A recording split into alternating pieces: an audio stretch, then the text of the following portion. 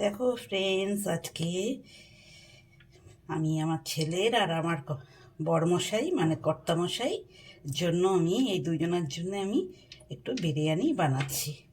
তো সেই জন্যে বিরিয়ানি বানালে এরা দুজন মানে আমার ছোট ছেলে এবং আমার হাজব্যান্ড এই দুজন যে কী ভালো খায় চিন্তা করতে পারবে না, এত ভালো খায়।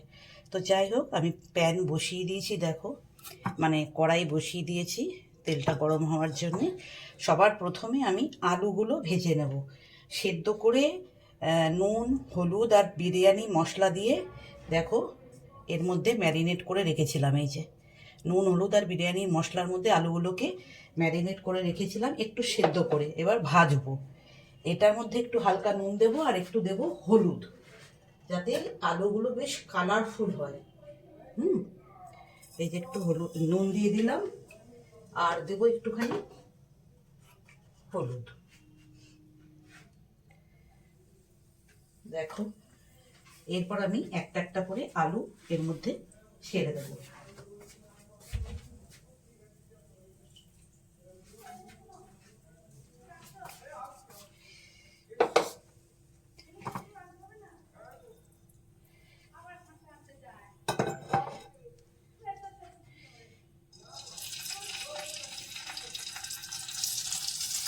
খুব সুন্দর করে আলুগুলোকে ভেজে নিই লাল লাল করে।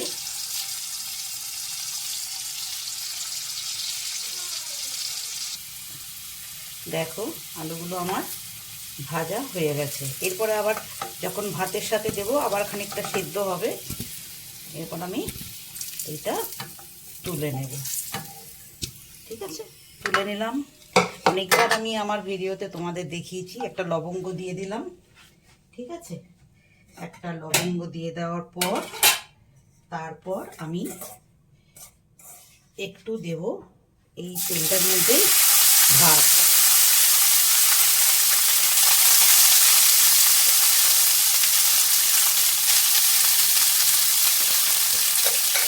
বাসমতি চালের ভাতটা দিয়ে দিলাম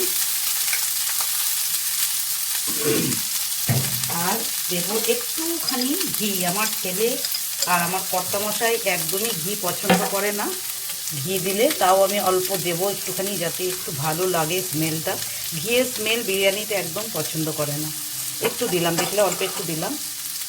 আচ্ছা, এরপরে আমি দিয়ে দেবো একটুখানি হলুদ ভাত, মানে এই কালারফুল যে ভাতটা করেছি আর কি, ফুড কালার দিয়ে এই ভাতটা বানানো।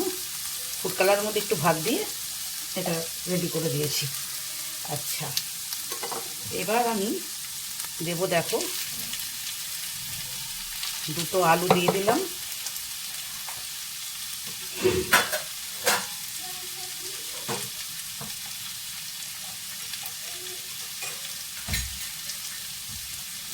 এরপর আমি দেব যে মাংসটা বিরিয়ানি মশলার সাথে বানিয়েছি। এই দেখো আজকে এরকম পিস আছে।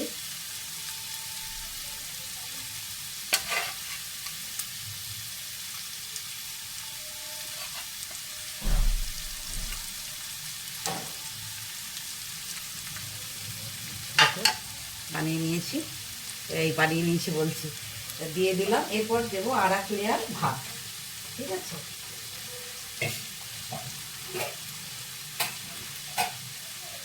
এরপর দেবো আমি আর এক লেয়ার ভাত।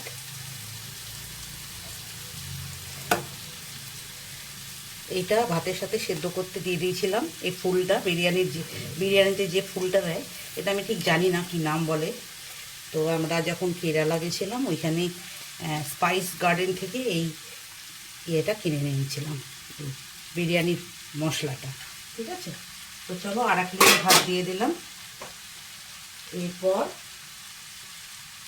আমি দেব আর একটু ইয়েলো রাইস।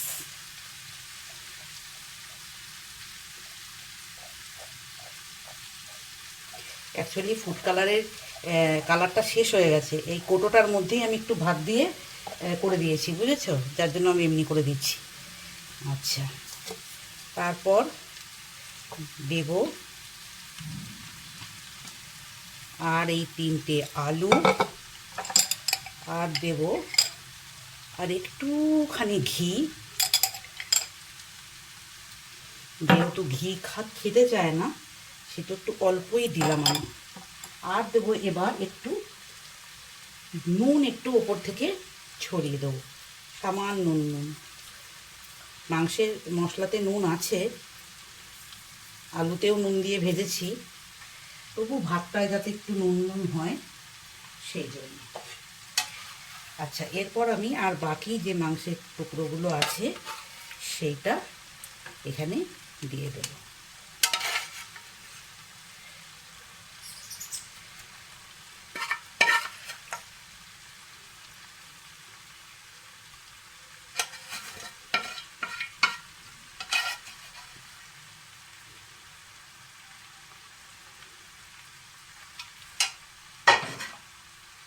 দেখো, একটু বেরেস্তা দিলে অবশ্যই ভালো হতো।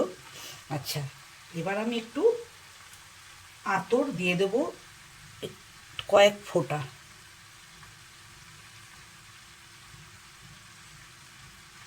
দেখলে, এক ফোঁটা আতরে ভীষণ স্মেল হয়, বুঝতে পেরেছ? তো চলো, এবার আমি দিয়ে দেব আর একটু ভাত আছে, সেই ভাতটাও উপর থেকে দিয়ে দিই।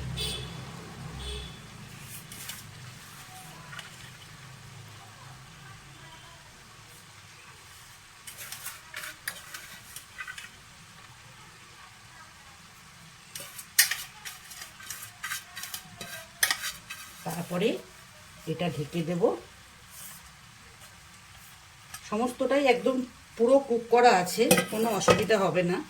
ঠিক আছে, হয়ে গেল।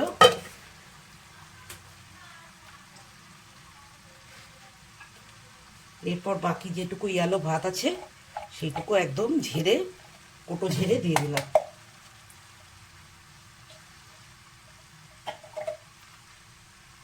আর একটু গ্রেভি আছে, একদম কড়াই, একদম যেই প্যানটার মধ্যে গ্রেভিটা বানিয়েছিলাম সেই প্যানটাও আস্তে আস্তে করে কাছিয়ে একটু গ্রেভিটা উপর দিয়ে এইভাবে ছড়িয়ে দিলাম।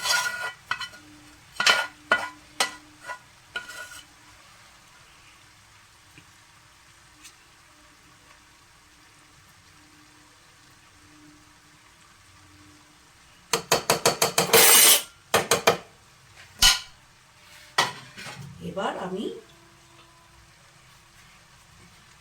একটু সামান্য আর নুন দিয়ে দেবো, একটু সামান্য, জাস্ট 2-4টি দানা।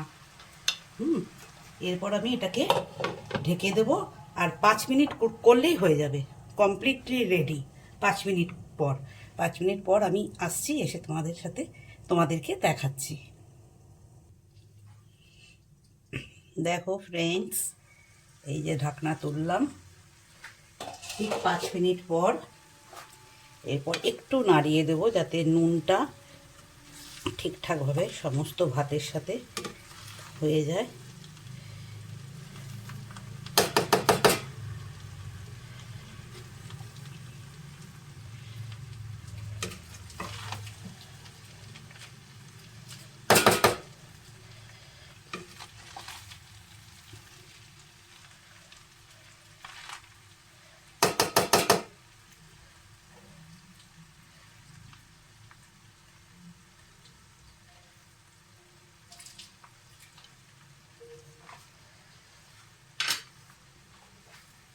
দেখো, বিরিয়ানি আমার রেডি।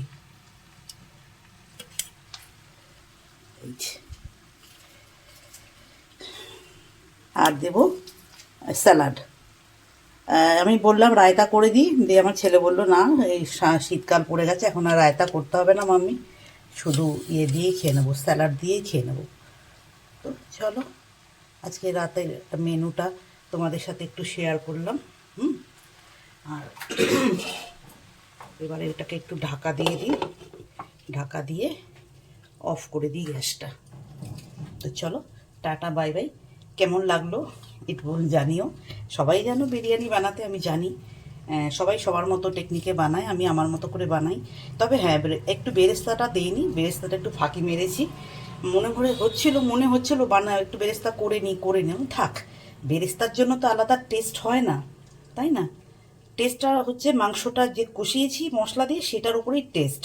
আর ঠিক ঠিক নুন, ঠিক ঠিক ঝাল, ঠিক ঠিক সব মাংস আলুটা ঠিক ঠিক মতো হলে পরে, কুক হলে পরেই তবে বিরিয়ানিতে টেস্ট হয়ে যায়। বেরেস্তাটা জাস্ট লুকিংয়ের জন্যে, সেই জন্য একটু ওটা স্কিপ করে গেছি। চলো টাটা, বাই বাই।